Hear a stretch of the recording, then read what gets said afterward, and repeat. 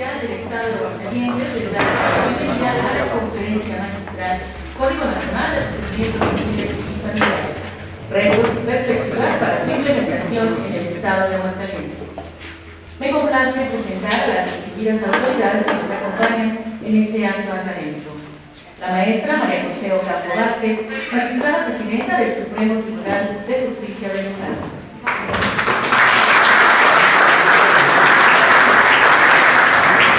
Maestra Elizabeth, magistrada presidenta del Tribunal de Disciplina Judicial.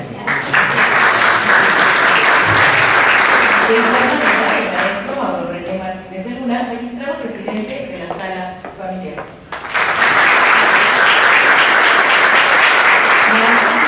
Fátima de León Barba, magistrada presidenta de la Sala Civil. Además nos distingue con su presencia magistrados del Supremo Tribunal de Justicia, del Tribunal de Disciplina Judicial, jueces, juezas, personal directivo, así como personal de las diversas áreas que integran el Poder Judicial del Estado. También se encuentra con nosotros el licenciado José Franco Muñoz, magistrado presidente de la Sala Unitaria Especializada en el Sistema Integral de Justicia Penal para Adolescentes y Ejecución de Penas y Medidas de Seguridad. La explicación estará a cargo del maestro Alejandro Cebre Camarena, coordinador del Grupo Técnico Revisor del Código Nacional de Procedimientos Civiles y Familiares. Nos sentimos honrados, maestro, de tenerlo en nuestro estado y es un privilegio para todos. Muy buenos días a todos, muchas gracias por estar aquí. Quiero contarles que hace aproximadamente un mes nos conocimos el doctor Alejandro y yo en nuestra primera Conatril, a la cual me acompañaron mis amigas y compañeras magistradas, estuvimos ahí. Y la verdad es que nuestro primer reto era hacer un buen tema de relaciones en la Conatril. Y para nuestra gran suerte nos encontramos al doctor Alejandro, que aparte es de aquí de Aguascalientes. Así que nos lo robamos porque ahorita me decía que le pidieron ir justamente a Tuxtla Gutiérrez, que es a donde salimos el día de hoy, su servidora y algunos magistrados a la segunda Conatril, donde tendremos una elección importante para los siguientes 2 años de la presidencia. Para nosotros es un honor, estimado doctor Alejandro, tenerte aquí, saber que fuiste parte de la redacción tan importante de principio a fin del Código Nacional de Procedimientos Civiles y Familiares. Contarte que aquí tenemos a magistrados, a nuestros presidentes tanto de la sala familiar como de la sala civil, pero también tenemos a nuestros jueces, que para nosotros son lo más importante. Decirte que ha habido un gran trabajo en estos primeros 90 días de todos los 65 nuevos juzgadores, acompañados por equipos de secretarios, de proyectistas, de mecanógrafas, de mecanógrafos, sumamente importante. Contarte que estamos muy animados por el 2027 para el Código Nacional, pero también con muchas preguntas.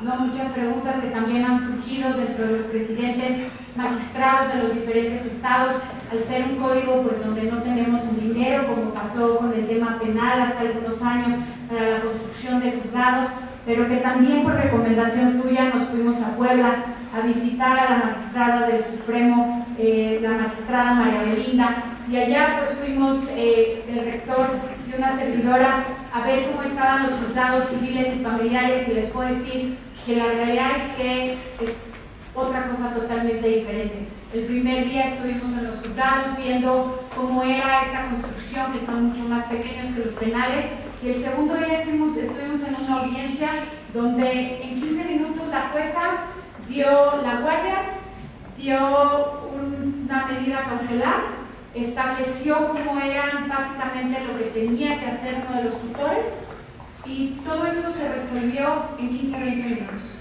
De verdad, una cosa excepcional, obviamente toda una capacitación, un trabajo, y también muy agradecida, estimado rector, por todo tu trabajo que haces día a día. Entendemos que el Código Nacional no se puede implementar en Aguascalientes y que haya esta capacitación detrás a todos nuestros jueces, a sus señorías, a magistrados, también a los equipos dentro de los juzgados que son tan importantes, y que queremos de verdad ser un estado como lo hemos sido durante los últimos años, y sé que serán mejores años, un estado punta de lanza. Y por eso la invitación al doctor Alejandro, muchísimas gracias por darnos esta visita que nos honra mucho, y muchas gracias por estar aquí presentes Y de verdad yo lo que les pido es que estén muy atentos a esta plática, pero más allá, que nos regale su contacto, doctora, acabando esto, porque creo que todos vamos a tener muchas dudas de la implementación, pero también de muchos temas en específicos, y creo que será sumamente importante tenerte aquí en tu tierra de manera casi permanente y que trabajes con nosotros en estos próximos 2 años que van a ser muy importantes. Muchas gracias.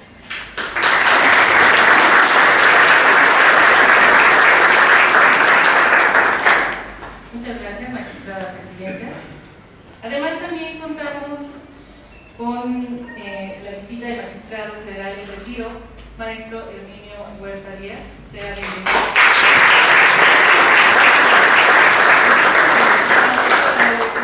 David Pérez Chávez y Arturo Montes de Oca Gámez.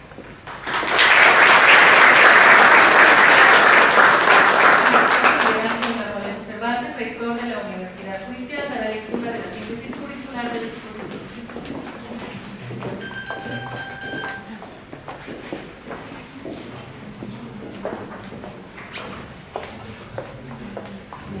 Muy buenos días nuevamente, muchas gracias por sus palabras, magistrada presidenta. Me voy a permitir leer la síntesis curricular del doctor Alejandro Secre Camarena. Él es licenciado en Derecho por la Universidad Iberoamericana, con titulación por excelencia académica, máster en Derecho de las Telecomunicaciones y Nuevas Tecnologías por la Universidad Francisco de Sur de Vitoria, Anáhuac del Sur, y facilitador privado certificado en mecanismos alternativos de solución de controversias.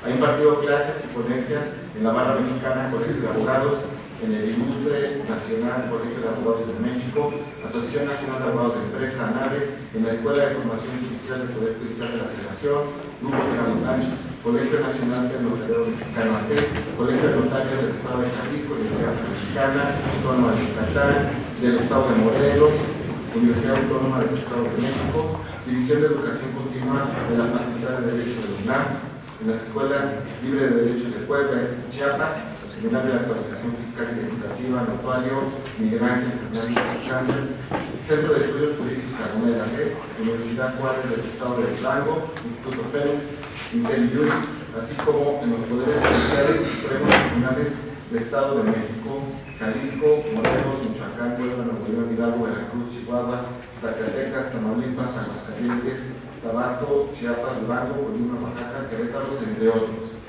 En el ámbito público y privado se ha desempeñado como secretario técnico de la Primera Comisión de Trabajo, Gobernación, Puntos Constitucionales de Justicia, de la Comisión Permanente del H. Congreso de la Unión, secretario técnico de la Comisión de Justicia del Senado de la República, coordinador del Grupo Técnico de Gestión del Código Nacional de Procedimientos Civiles y Familiares, coordinador del Grupo de Trabajo en materia de mecanismos alternativos de solución de controversias, asesor legislativo de la Comisión de Justicia, asesor de la Presidencia del Consejo de la Judicatura del Estado de Hidalgo, director de vinculación y seguimiento legislativo, adscrito a la oficina del secretario de Hacienda y Crédito Público y a la Procuraduría Fiscal de la Federación, director general adjunto de vinculación política, director de enlace con diputados, asesor jurídico del secretario de Economía, secretario técnico de la Comisión de Instrumento Económico del Senado de la República, abogado y consultor jurídico de Dumont, Bergman, Bayer & Company y bufete corporativo de abogados SC, asesor de vicepresidencia jurídica del Camino.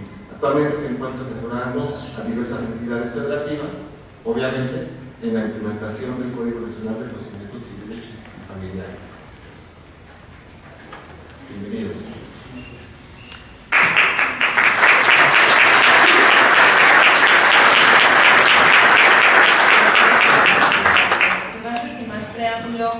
Les cedo el uso de la voz al maestro Secre Camarena. Adelante.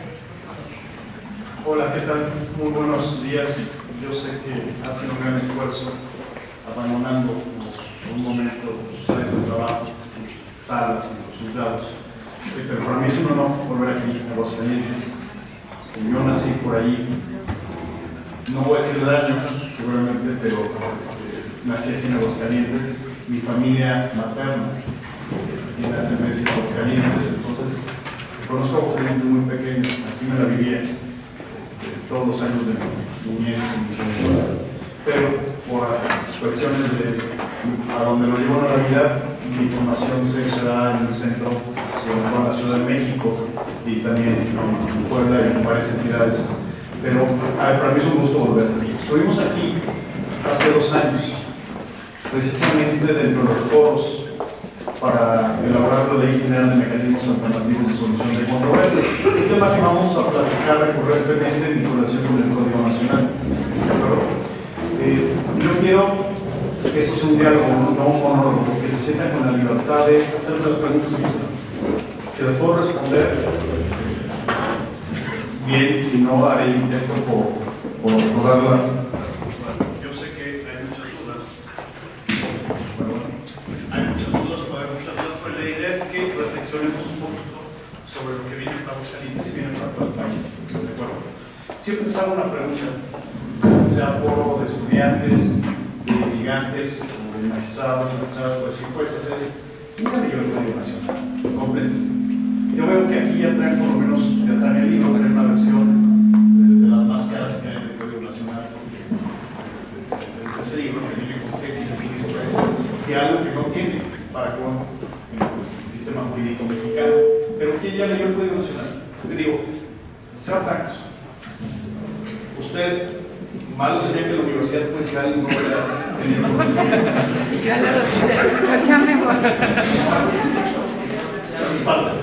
Tiene la otra pregunta, ¿quién ya empezó a leer el Código Nacional? ¿Sí? Bueno, ya cambia un poquito la visión. Yo les aseguro que si la presidenta hubiera dicho ahorita, oigan, la declaratoria de vigencia la vamos a publicar en enero, ya inmediatamente se estarían preocupando todas. Y ojo, ese es el tema. Cuando establecimos, y eso fue, yo no puedo tomarme un papel sin reconocer a la ministra de Defensa, la cual fue mi jefe, ¿de acuerdo? Ella me dio toda la libertad para coordinar los trabajos del Código Nacional y la Ley General, toda. Y ella era mi orientación guía, y no hubiera salido si no tuviera la voluntad política. Entonces, y la voluntad para sacar esta obligación, deriva de una obligación constitucional, de un compromiso con el Estado de Derecho y con mejorar la administración y el servicio público de justicia en el país.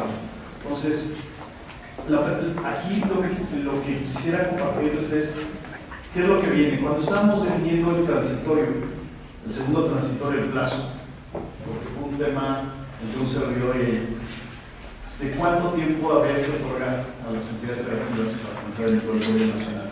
La pregunta es, ¿tendría que ser 8 o tendría que ser 4 años? Esa fue la primera pregunta que hicimos. ¿Sí?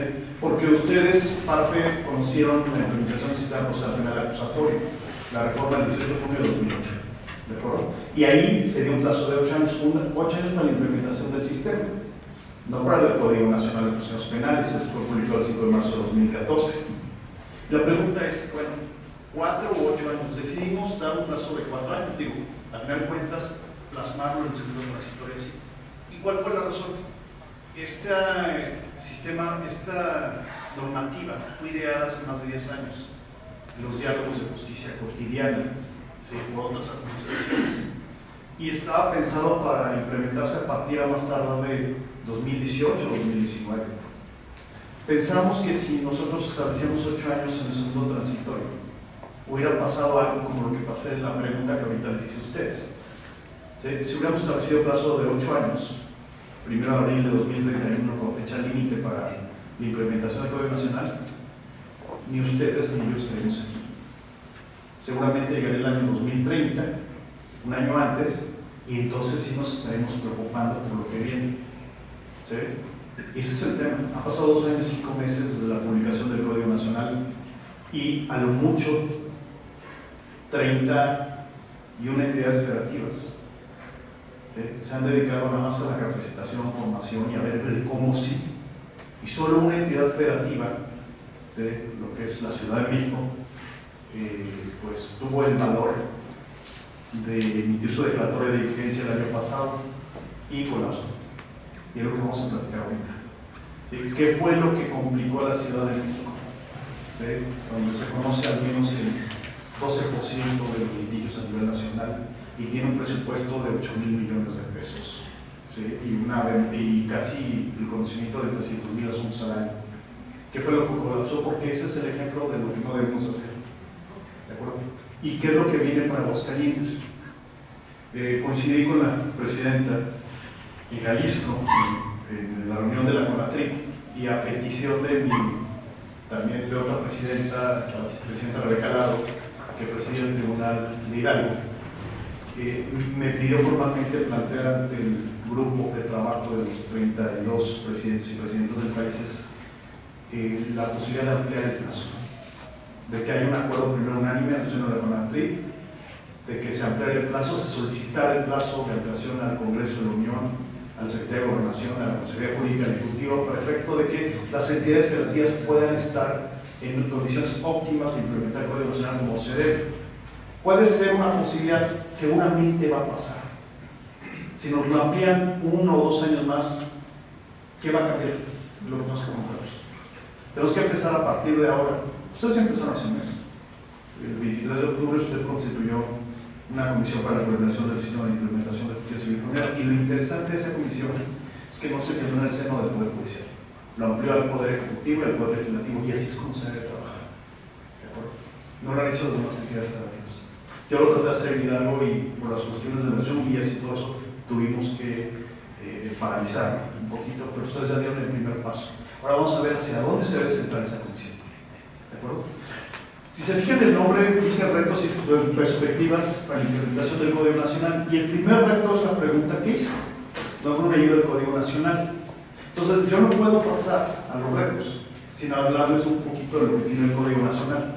Si ustedes ya lo hubieran leído, me voy derecho sobre los retos, ¿de acuerdo? Porque vamos a tomar media hora un poquito para saber qué tiene el Código Nacional, qué es lo que viene, cómo lo tenemos que vincular, y después ya hablamos con el FODA, Fortaleza y Debilidades de los Calientes, ¿sí? Y cómo deberíamos prepararnos poco a poco. Pensando primero en abril de 2027, ustedes tienen una ventaja, que es una fortaleza y a la vez una debilidad. Fortaleza es que, independientemente si estamos o no de acuerdo con la reforma del 15 de septiembre de 2024 a la Constitución, que modificó la integración y de los poderes judiciales y el Poder Judicial de la Federación, y se nos aplica el modelo del federal a los locales, ¿sí? Ustedes ya pasaron de etapa. Ustedes ya renovaron el 100%. ¿Sí? Ustedes ya no tienen de qué preocuparse. Ustedes sí pueden estar preparados para el 2027. El problema viene para aquellas entidades federativas que no han modificado la integración de su poder judicial al 100% o al 50%. Ahí tenemos complicaciones. ¿De acuerdo? Entonces, partamos de ahorita que estamos para prepararnos, pero ¿qué es? No basta la capacitación. Veo que hay el sistema penal acusatorio aquí, y el sistema penal acusatorio está dentro de la oralidad desde hace más de 11 años, ¿de acuerdo? Y hay jueces, ¿hay algún jueza mercantil aquí? ¿Sí? ¿Ustedes ya llevan juicio oral mercantil? Hay jueces de oralidad mercantil, ¿Ustedes no llevan oralidad mercantil? ¿Sí? ¿Laboral? ¿Tenemos a alguien aquí? ¿Un tribunal laboral? Ya llevan oralidad. Y ese es el tema. ¿De dónde tenemos que aprender? ¿Tenemos que consultar a los del norte, a los amigos del derecho anglosajón? ¿O tenemos que irnos al sur con los chilenos, paraguayos, argentinos, ¿sí? Uruguayos o a Costa Rica? ¿A quién le tenemos que adaptar o de quién le tenemos que aprender la implementación del sistema de justicia civil y familiar? ¿Sí? La verdad, les voy a comentar. Tanto el Código Nacional de Procedimientos Civiles como la Ley General de Mecanismos Alternativos se hizo desde lo local. Ni siquiera de la Federación. Sé que hay representantes que estuvieron del Poder Judicial de la Federación aquí, ¿sí? Magistrados, jueces, pero no, ni siquiera tuvimos que acudir a la Federación. La oralidad en el país se desarrolla desde lo local.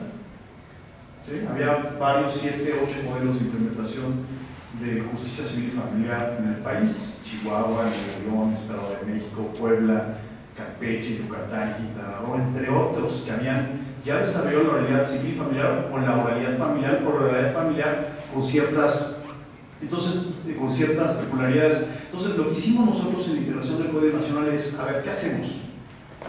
Esta historia se les quiero platicar para que sepan por qué tenemos este Código Nacional. ¿Sí? ¿Por qué llegamos a este código? Esta versión que les voy a mostrar es una edición de la Cámara de Diputados. ¿Sí? Veo que traen una versión también del Código Nacional y no les debo recomendar ninguna, nada más a verificar que esté actualizado. ¿Por qué llegamos a este Código Nacional? ¿Qué teníamos en el Congreso? Cuando yo llegué al Senado de la República, por azares del destino, venía de la Secretaría de Hacienda, del Poder Fiscal de la Federación, renuncié, no quiero saber nada de servicio público. Y ahí fui a querer otra vez al Senado. Y entré a la Comisión de Justicia de pura casualidad, ni siquiera era secretario técnico como asesor.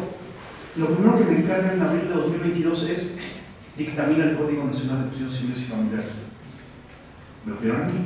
¿Cuál código? El más reciente que tenía en el Congreso. Una propuesta que fue presentada como si fuera de la Conatrip, porque fue elaborada en la Ciudad de México. Ya de cuenta que hicieron un Frankenstein, ahora que está de moda la película.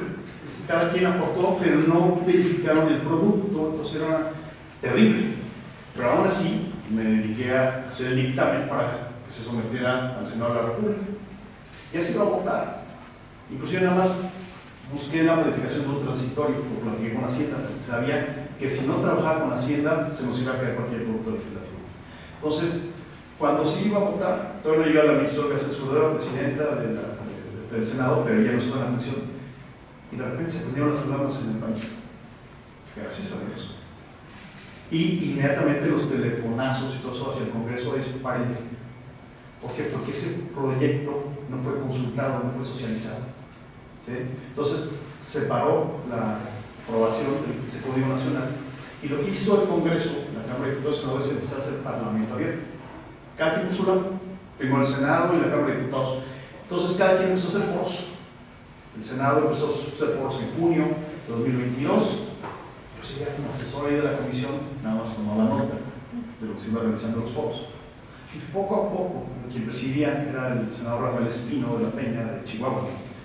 Entonces me llamó y me dijo, oye, ¿cómo vamos? Y todos los foros, hicimos foros en Ciudad de México, hicimos foro en la Libre de Derecho, ahí se hizo el planteamiento, una persona que usted conoce, del procedimiento de divorcio, perdón, de adopción, nos dijo claramente, ¿sí? La senadora Josefina Vázquez Mota, ese Código Nacional no tiene procedimiento de adopción, entre otras cosas, no tenía procedimiento de adopción. ¿Sí? Y así empezamos a recopilar en los foros donde nos presentábamos, ¿sí? ¿Qué es lo que faltaba? Y ojo, en cada foro que hacíamos era un ataque brutal al Código Nacional de Proyectos también, ¿sí? Porque los jueces, no nos consultaron y todo el mundo estaba alarmado. Entonces, cuando terminamos de hacer los foros, ¿sí? 7, 8 en el país, más los de la Cámara de Diputados, se sentaron en las juntas de coordinación política de la Cámara de Diputados y Senadores para decir qué vamos a hacer julio de 2022. ¿Sí? Y aquí había un riesgo. El riesgo es que el Congreso le gusta trabajar en conferencia. ¿Qué era el trabajo en conferencia? Implicaba que los propios senadores y diputados se sentaban con sus asesores y definían qué proyecto iba a quedar. El riesgo que teníamos del Código Nacional es que fuera elaborado en un escritorio por un asesor o asesores legislativos que no tienen experiencia procesal, porque está inundado de licenciados y licenciadas en Derecho, pero no tienen experiencia en litigio. Entonces, si nosotros permitíamos que se hiciera desde el centro sin consultar, corremos el riesgo que el Código Nacional hubiera sido una declaración de principios no aplicables. Cada quien, es decir, y inmerso de 1,000 temas que no se apegará a una realidad más cercana a la Administración de Justicia. Entonces, cuando iban a tomar esa decisión, yo ya llevaba un documento preparado, yo seguía siendo asesor, pero me llevaron a esa reunión. Entonces, tenía que tomar la decisión qué iban a hacer. Y la propuesta era el trabajo en conferencia, pero me voltearon a ver qué planteaba yo. Entonces, inmediatamente saqué el folder y dije, grupo técnico revisor. Porque quien conoce la historia procesal del país sabe que desde 1824 hasta la fecha, en las primeras codificaciones, todo se hacía por un grupo de notables, abogados en un principio, quienes conformaban los códigos procesales y los sometían al Ministerio de Justicia o al Congreso en su momento. No podía dejarse que el Código Nacional con la trascendencia fuera creada en un escritorio. ¿Sí? Entonces no podíamos tomar el proyecto que había sido tan atacado, ese proyecto 2021 que presentó la Conatrip. Teníamos que generar algo nuevo. La idea fue crear un grupo de trabajo con especialistas, donde los grupos parlamentarios presentaran, ¿sí?, a especialistas en las mesas de trabajo, es decir, que no hubiera legisladores, que no hubiera asesores nada más, que hubiera especialistas en materia procesal, o sea, jueces, magistrados, representantes de barras mexicanas. Bueno, se hizo la convocatoria, ¿sí? Me aceptaron el plan de trabajo y me nombraron coordinador. El reto era, ¿ahora qué vamos a hacer? Entonces, si te da la primera reunión, y en la primera reunión llegaron como 60 personas, entre legisladores, asesores, jueces, magistrados, y el tema era ahora depurar. Cuando empezó el debate de la guerra jurídica, se empezaron a salir aquellos que no tenían cómo argumentar. Y así nos las llevamos hasta que el grupo se fue formando por especialistas. Entonces cada senador del grupo parlamentario decía, a ver, se acercaban los senadores y decían, quiero participar en el grupo de trabajo, entran. Entonces yo recibí a todos. Llegamos a ser 120 en su momento ya, después de las reuniones. ¿Sí? Tuvimos 10 mesas de trabajo, más de 500 horas, 60 reuniones presenciales, como 90 virtuales. Fue muy difícil. Yo presenté 3 veces mi renuncia a la ministra. Y es de risa porque me decía, Alejandro, me decía, te tiras para después levantarte. Eso te lo dice una buena, ¿de acuerdo? No lo hagas. ¿Sí? Me nombró secretario técnico de la Comisión de Justicia después. Tuve el mayor apoyo, hubo muchas cuestiones y nos dedicamos al proyecto unos 10 meses. Ya cuando terminamos el proyecto, en marzo de 2023, lo presentamos con la ministra, platicamos, vamos a socializarlo antes de aprobarlo. Entonces, el 14 de marzo citamos a una reunión plenaria del Congreso, senadores, diputados, y fueron 18 presidentes de tribunales. Invitamos al Poder Judicial de la Federación, no fue el Poder Judicial de la Federación. Invitamos a los ministros, no fueron los ministros, porque a lo mejor no medían los alcances que iba a tener el Poder Nacional en aquel tiempo, o pensaban que era como el cuento de Pedro y el Lobo. ¿Sí? Ya se lo saben ustedes. Al final de las bromas llegó el lobo y nadie lo recuerda. Entonces pensaron que no iba a salir el Poder Nacional, y ya lo teníamos nosotros calendarizado, ya sabíamos cuándo se iba a votar. Entonces dejamos un mes el proyecto circulando y nadie dijo nada. Nadie opinó, nadie enriqueció. Entonces procedimos a su votación en abril de 2020, salió por unanimidad. ¿Por qué? Porque todos los grupos parlamentarios están representados por especialistas. Y se fue a tomar diputados, salió por unanimidad. Y claro que los que menos lo leyeron fueron los legisladores. Son la ministra y el Rafael Espino y otros. No leyeron el Código Nacional completamente, muy pocos, porque tenían la confianza de lo que habían trabajado los operadores. ¿Cuál fue la realidad? Andábamos con un incidente de ejecución de sentencia que por alguna manera está poniendo la Corte por falta de cumplimiento a una resolución del 2021 para expedir el Código Nacional. Había muchas prisas, entonces ya nos dio tiempo de revisar, de releer el Código Nacional para afinarlo. Muchas cuestiones. Pero dijimos, es un primer saque. Y el primer saque implicaba de que lo tenemos que publicar. Y ya publicado, ya viendo el Código Nacional, le vamos haciendo las adecuaciones en el camino. Esa es la idea. ¿Sí? Cuando vemos el Código Nacional, tiene un 98% de efectividad, 97%. Pero hay muchas cuestiones que hay que enriquecer. Y hay antinomias que hay que corregir. Eso lo reconocemos. ¿Sí? Entonces, la idea de esto es que sepamos qué trae el Código Nacional, qué es lo que viene, ¿sí? Y aquí nos vamos a enfrentar. El día de ayer, la presidenta presentó, el presidente Claudio Sheinbaum presentó un paquete de reformas precisamente para incluir el tema de la igualdad sustantiva en muchas leyes en el país. Y entonces trastocó otra vez el Código Nacional. Ya lo modificó el Código Nacional el 16 de diciembre del año pasado y otra vez va a modificar el Código Nacional. Pero el Código Nacional lo tenemos ahí todavía sin aplicar. Aunque algunos federales, los dos federales lo están aplicando, vamos a perfeccionar. ¿De acuerdo? Entonces, quiero darles esta introducción para que sepan de lo que vamos a hablar. Es que el Código Nacional no es un documento perfecto, ninguna ley lo es. Se echa por mal, lo hicimos nosotros. Pero no lo hicieron los legisladores, lo hicieron los operadores jurídicos. ¿De acuerdo? Hay que entenderlo así. ¿De acuerdo? Entonces, se va a ir enriqueciendo con el tiempo y seguramente cuando se implementen la Aguascalientes ya vamos a tener muchas reformas a lo que trae. ¿Qué quiero que conozcan? ¿Sobre qué está basado el Código Nacional? Eso lo vamos a platicar en el Inter. ¿Sí? Quiero que me hagan preguntas. ¿Sí? Todas las dudas. Aquí hay magistrados de sala, pero curiosamente, ojo, tenemos una sala civil, una sala familiar, una sala penal y una sala unitaria. La primera pregunta es que nos vamos a hacer: ¿serán suficientes para enfrentar lo que viene? Vamos a tener que pensar a lo mejor en migrar a esa sala colegiada funcione como unitaria también, para tener 6 salas unitarias. ¿Sí? Es decir, forma colegiada y forma unitaria. o vamos a necesitar otras, porque vamos a platicar qué tema viene para la apelación, cómo aplicamos la solución del fondo del conflicto y el principio de no remedio, ¿sí? Ese es el tema fuerte para las salas, cómo todo es apelable. Ya tenemos temas de cuantía para efectos de conocimiento de la apelación y cómo viene el tema de la suplencia en la expresión de agravios o en la falta de agravios bajo ciertos supuestos. Entonces, viene un tema muy fuerte para las salas, ¿de acuerdo?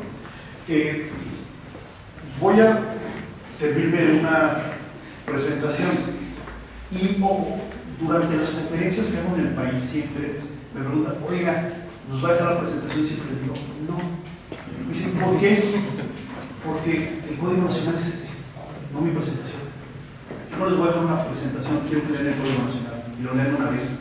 Y una vez que lo lean una vez, leanlo otra vez para relacionarlo. ¿Cómo lo van a aplicar? Porque la interpretación de aplicación del Código Nacional va a ser distinto en cada entidad federativa. Aunque tenemos una norma única, cada quien va a entender el Código Nacional como le parece, y hasta que no se fijen criterios jurisprudenciales únicos en la aplicación de todo el Código Nacional a través de los años, no vamos a entender cómo aplicarlo. Entonces, ¿cómo lo va a aplicar a Aguascalientes? La vez que estuve aquí hace 2 años, el anterior magistrado presidente y un grupo de magistrados me hicieron una pregunta, están muy preocupados. Me dijeron, oiga, es que en Aguascalientes estamos, tanto los operadores jurídicos externos como los, estamos preocupadísimos. ¿Por qué? Es que el Código Nacional vino como que el cangrejo para atrás para nosotros, vino a complicarnos la vida. ¿Por qué? Es que aquí solo tenemos una audiencia. Ahorita vamos a platicar ese tema al final. ¿Cómo se los expliqué y cómo lo solucionamos? Solo tenemos una audiencia y estamos preocupadísimos. Y ustedes están poniendo 2. La audiencia preliminar y la audiencia de juicio. Entonces, vamos a platicar ese tema, ¿sí? Y cómo se resuelve, ¿vale? Entonces, ojo, esta presentación es distinta de la que planteé en la tarde de la tarde en una reunión con abogados y abogadas. Y es una presentación distinta, es una presentación más integral de conocimiento del Código Nacional. Yo venía versado con ustedes porque dije, ya leyeron el Código Nacional. Entonces, no vamos a hablar de cómo implementarlo, pero creo que ahí, si necesitamos brincar a la otra presentación, ahí la tenemos en la computadora. ¿Ok? A ver, estos temas son los que quería contar con ustedes. ¿Sí?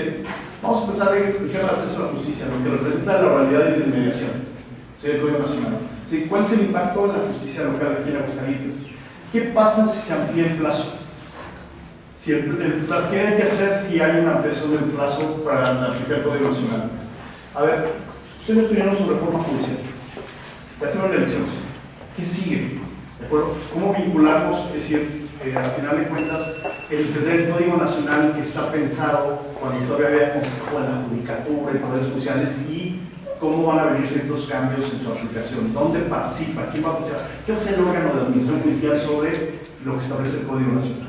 ¿Sí? Vamos a hacer un ejercicio de cómo la declaratoria de vigencia, ¿sí? Cómo se tendría que plantear bajo el antecedente que tenemos del sistema procesal penal acusatorio. Tenemos 5 partidas judiciales.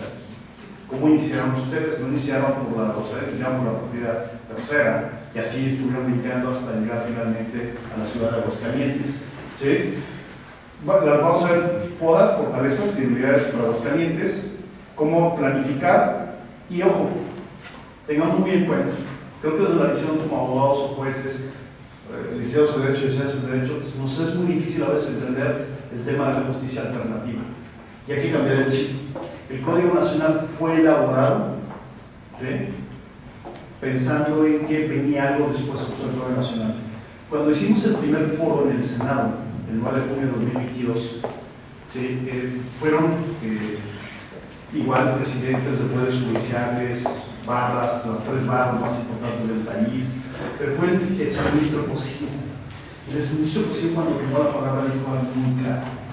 Dijo, a ver, cualquiera que sea el resultado como producto del Código Nacional de Procedimientos Civiles y Familiares, es decir, como lo ven integrar, adaptar, deben espejearlo, emparejarlo con la futura Ley General de Mecanismos Alternativos de Solución de Controversias.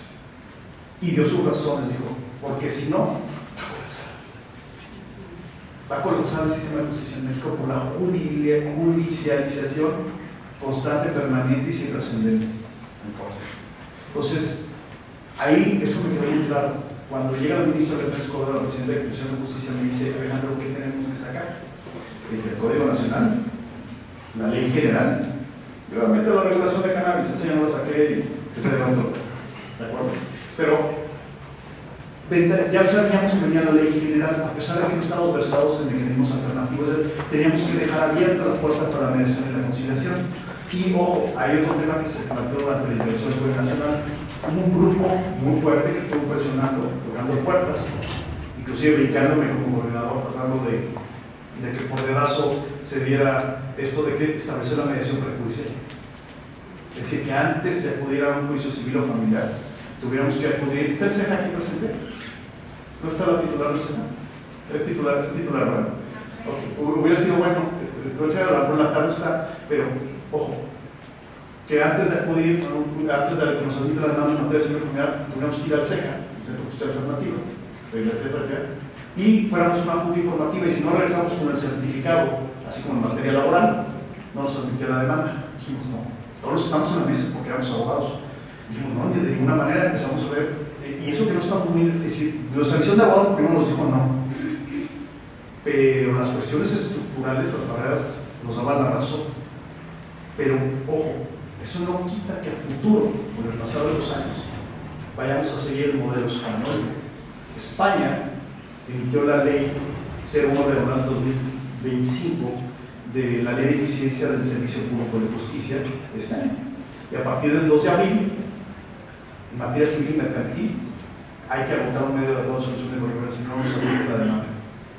Y eso sucede ya en España, porque tiene los mismos problemas que tenemos en México. Pues para que vean que no es un tema solo de dinero, ni de primer mundo, ni de tercer mundo, es un problema que pasa sobre diversas partes del mundo. Y entonces, ¿qué vamos a hacer en México? ¿Sí? Tenemos una ley general, pero no adoptamos el sistema español.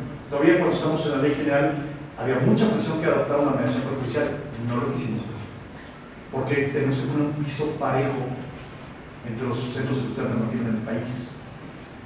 Cuando trabajamos la ley general, cuando poní la ley general, yo me fui muy claro de aquí de Aguascalientes. Leí la ley de justicia alternativa que tiene aquí en el Estado, me llevé muchos artículos en mente, me llevé el artículo 14, me llevé varios, y dije, pero me sorprendió aquí, a ver, aquí no cobramos por la certificación por durar un año, pero certificaban no solo abogados, sino psiquiatras, psicólogos, todos los puedan participar en la gestión del conflicto. Igual lo hacía Jalisco, igual lo hacía Estado de México, hasta ahí. Eso no era un tema de abogados. La solución del conflicto no era un tema de aplicación del derecho. Y eso lo empezamos a relacionar. Todo esto que les estoy comentando viene a colación porque si Aguascalientes no implementa, se acompaña con ustedes el tema de la justicia alternativa con la intervención del Gobierno Nacional, vamos a colapsar. El sistema de audiencias implica que ustedes estén todo el día en la audiencia. Que ustedes, si hoy podemos leer el expediente antes de la audiencia de pruebas, alegatos y sentencia, hasta ese momento nos podemos informar, lo llevamos. Aquí ya no hay manera, aquí desde la audiencia preliminar ustedes tienen que tener la noción de cuál es el litigio, cuál es el debate. ¿Por qué? Porque ustedes, la fe pública la tiene el juez, la jueza durante la audiencia no necesita el secretario puede estar, pero no necesita el secretario. Y hablamos ya de registros, de videograbaciones, del principio de inmediación. Ya no podemos delegar el secretaria de desarrollo de ciertas diligencias haciéndonos la vista gorda de pues firmamos ahí, pues a poder. Entonces, nos vamos a ver en audiencia. Entonces, lo que menos queremos es que se nos sature de los asuntos. Yo noté la preocupación de la presidenta cuando el INEGI, el vicepresidente del INEGI, ahora en la CONATRI, se acerca y dice con datos que no tienen un sustento. Una base que dice: Aguascalientes tiene 5,000 expedientes anuales por juzgado. En primer lugar. Sí, pero aparte nos puso 5,000 expedientes nuevos por juzgado, y no son las cifras reales ni siquiera. Entonces, que los datos estaban mal, pero ojo, si fuesen esas cifras, bueno, que sean 2,000 por juzgado, aún así son elevadísimas. ¿De acuerdo? Vamos a ver los datos más adelante. ¿Qué tenemos que hacer? ¿Cómo tenemos que implementar el Código Nacional? Ojo, jueces de nueva creación, juzgado de nueva creación de normalidad o transformación de los bienes. Esa es la pregunta. Si vamos a transformar, entonces ¿qué vamos a hacer con el rezago? Hicieron los penales, aquí les quedamos sacar el sistema tradicional y si creamos juzgados de realidad penal, ¿de acuerdo? O tribunales. ¿Qué vamos a hacer? Porque si no atendemos ese rezago, se nos va a complicar. Y vamos a ver el ejemplo de la Ciudad de México, ¿vale? Entonces, quería darles un tema porque sí yo voy a hablar siempre de los mecanismos alternativos. Yo estoy certificado ahora como mediador, ¿de acuerdo? Pero lo que quiero es que vinculemos esto con las diversas etapas del Código Nacional para ver dónde podemos ya concluir el litigio. Quitarnos números de encima y aplicar la solución del conflicto, ¿de acuerdo? Entonces, sí tenemos que verlo como algo que siempre debe estar de la mano con nosotros. El Código Nacional implica el replanteamiento de estructuras judiciales. No podemos pensar en el juzgado tradicional, utilizar el juzgado tradicional con los mismos elementos para aplicar la realidad. Por eso es muy importante, la presidenta me preguntó, oye, ¿qué entidades federativas hay que ver cómo hacen las cosas, ¿no? ¿Qué hacen? Yo sé que aquí han venido a impartirles clase, sobre todo de Nuevo León. Nuevo León tiene su sistema, tiene una ley civil, familiar, qué bien. La presidenta de Nuevo León dijo, ya vamos a implementar el Código Nacional lo más pronto posible. Ahorita tienen problemas con el presupuesto, les recortaron el presupuesto, entonces trae un tema ahí político por el Congreso. Pero, ojo, hay que aprender qué están haciendo nuestras hermanas de entidades de poderes judiciales, hermanos, hermanas, que ya tienen una alianza en Chihuahua. A ver, yo le dije, pueden ir a Chihuahua, pero Chihuahua tiene un problema. Chihuahua es el estado más avanzado en la realidad del país, más que Nuevo León. Ya tenían 10 años. Sí, las mejores salas de oralidad, pero la renovación de los jueces hizo que todos los jueces de oralidad no participaran en las elecciones. Entonces, la curva de aprendizaje. No están realizando audiencias y si lo están realizando con muchísimos errores. ¿De acuerdo? Entonces, Chihuahua tiene el problema ahorita de la curva de aprendizaje, a pesar de que tiene la infraestructura ya funcionando. Y tiene un presupuesto de 3.400 millones de pesos. Es impresionante. ¿Sí? Es el tercer mejor presupuesto del país. Y la cantidad de juicios que ven, los mismos asuntos que ustedes ven aquí, pero con un presupuesto 5 veces mayor o 4 veces mayor. Entonces, hay así. Y ojo, nosotros adaptamos el sistema de realidad familiar de Chihuahua. Protegimos el Código de Procedimientos Familiares de Chihuahua y lo adaptamos en el Código Nacional de Igualdad. Por eso es tan progresista, tan garantista de los derechos humanos. ¿Sí? Y de los ciertos, la convencionalidad y del principio de interés superior de la niñez está marcadísimo. Entonces, ¿cómo vamos a enfrentar eso? Vamos a ver los retos, por eso les preguntaba el Código Nacional para que se vean las preguntas. Entonces, les voy a decir qué trae el Código Nacional para que vayan identificando qué es lo que debe puntualizar. ¿De acuerdo? Entonces, ¿qué es lo que cambia a nivel procesal? Eso sobre todo lo voy a tocar en la tarde. Les voy a decir, oigan, ustedes tienen esto, es Código de Procedimientos Civiles de Aguascalientes de 1989. Hay que jactarse de que sus códigos recientes, la mayoría del país tiene códigos de 1940, que son copias de los códigos de 1872 hasta 1884. Es impresionante cómo administramos la justicia en México. ¿Cómo enriquecer el Código Nacional? ¿Qué le falta? ¿Sí? Entonces, ¿no hay ninguna pregunta hasta ahorita? Ok, por ahí, ¿verdad? Yo lo llamo ese nuevo paradigma de acceso a la justicia. Hay que verlo de esta manera. ¿Por qué? Tenemos que incorporar estas dos posiciones. ¿Sí? Los de la justicia alternativa, que es un derecho humano ya reconocido.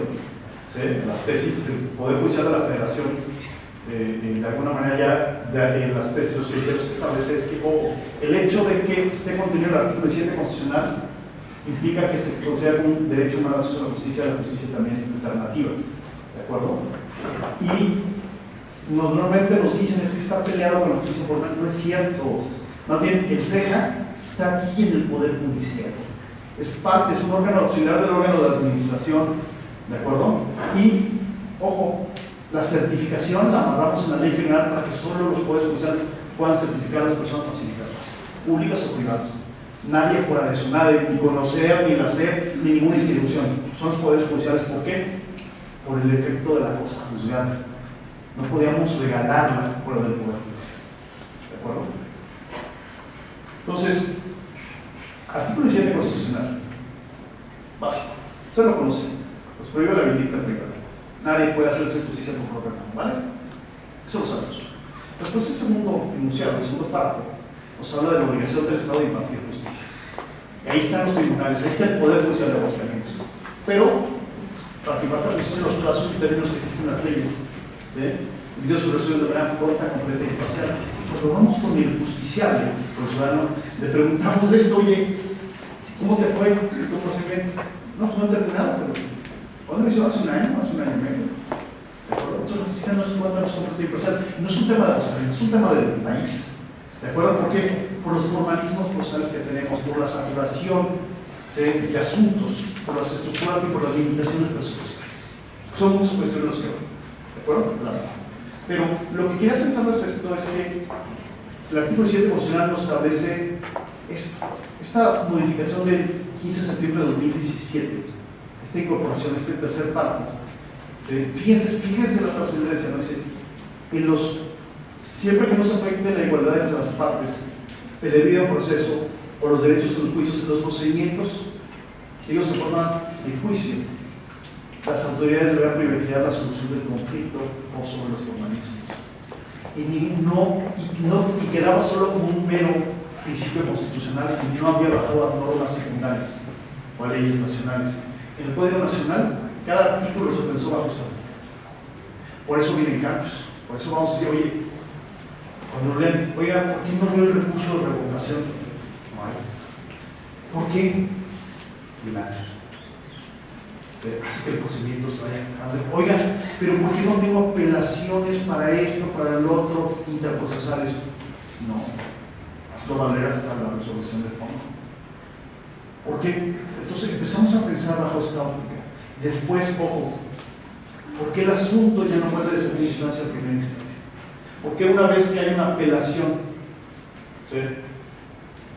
sobre el fondo, y donde van agravios sobre violaciones procesales, ¿por qué el asunto ya no vuelve a primera instancia? ¿Por qué la segunda instancia, con plenitud de jurisdicción, asume su jurisdicción constitucional, ¿sí? Y, como lo haría el juez de primera instancia, subsana, resuelve y atienda hacia los salarios procesales sobre los de fondo? Ella se quedó, ya no vuelve, en principio no vuelve.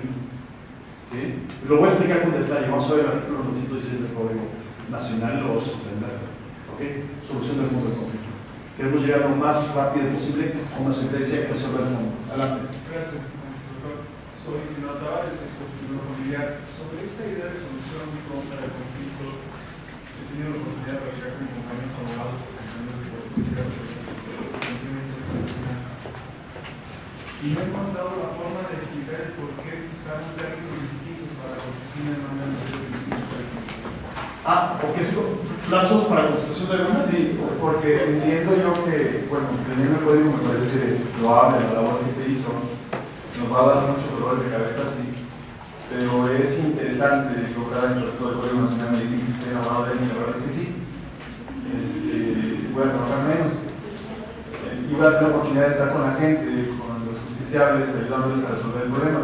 Pero cuando platico de algunas opiniones que encontré en el código, no hay cómo explicar el por qué tienen un término distinto para constatación de demanda, cuando entiendo que la intención era agilizar.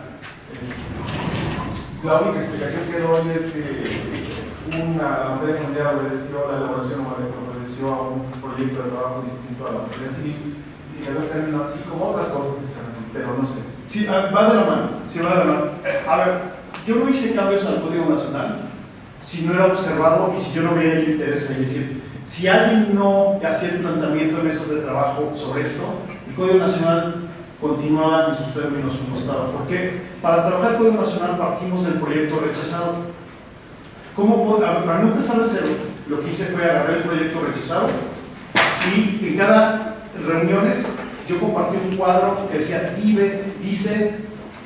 debe decir justificación. Lo circulaba una semana antes y los que acudían a las mesas de trabajo, que eran decenas de personas, tenían que traerme propuestas. Y el que no presentaba propuestas no la podía discutir en las mesas. ¿De acuerdo? No podía. Por eso tenía que hacer su tarea.